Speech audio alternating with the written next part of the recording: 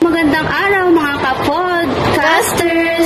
Welcome sa panibagong episode ng Tinig ng Bayan, kung saan pinag-uusapan natin ang mga isyong humuhubog sa bansa.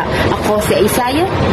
At ako naman si Athena. At ngayong araw, pag-uusapan natin ang mga nambabatiko sa mga rally. Bakit ba lagi may kontra? At bakit mahalaga ang activism kahit hindi ito komportable para sa lahat? Alam mo, Athena, nakakapagtaka lang. Ang daming nagagalit kapag may rally, kesyo abala raw, istorbo, at traffic. Pero kapag tinanong mo kung bakit may rally, wala naman silang alam na detalye. Totoo, parang yung people power rally ngayon. Yung sigaw ng mga tao, ikulong nyo yan mga kurakot.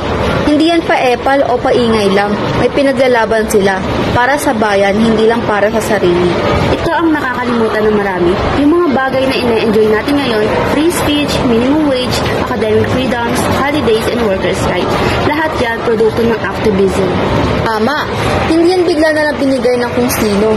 May mga taong tumayo, nag-ingay, humarap sa panganib para sa mga karapatang napapakinabangan natin ngayon. Kaya minsan natatawa ako, pero nalulungkot din. Kasi yung mga nagbubunga nga online laban sa mga rallyista, hindi nila alam. Pinagtatanggol din sila ng mga taong binabatikos nila. Na nga, Isaiah, they are standing up for your rights too. Kung may rally para sa laban kontra korupsyon, hindi lang ito laban ng iilan.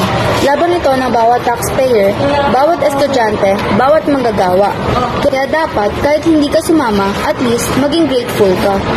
May nagsasabi pa minsan, ginagawa lang nila yan dahil may personal na interest sila. Pero kung tutuusin, oo, may mga tao may sariling dahilan. Pero mas marami ang dumadalaw dahil may malalim na pagnanais na magbago ang sistema. Exactly. Kasi sino ba naman ang gugustuhin maglakad sa init? Makipagsiksikan, sumigaw hanggang maubos boses. Hindi yan hobby, hindi libangan, disiplina at malasakit yan. Andoon sila kasi sawa na sila sa mga abusadong politiko.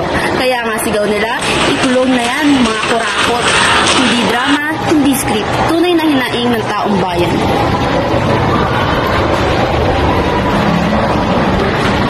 Kaya sa mga mambabatiko sa rally, sana bago tayo magreklamo, tanungin muna natin ang ating sarili. Kung hindi sila kikilos, kikilos ba ako? At kung hindi ka kikilos, huwag mong pigilan ang mga handang tumayo para sa tama. Dahil sila ang dahilan kung bakit mayroon tayong tinatamaasang karapatan ngayon. Maraming salamat sa pakikinig sa Tinig ng Bayan. Ako si Athena. At ako si Isaiah. Hanggang sa susunod natin talakayan, sama-sama, Boses ng Bayan.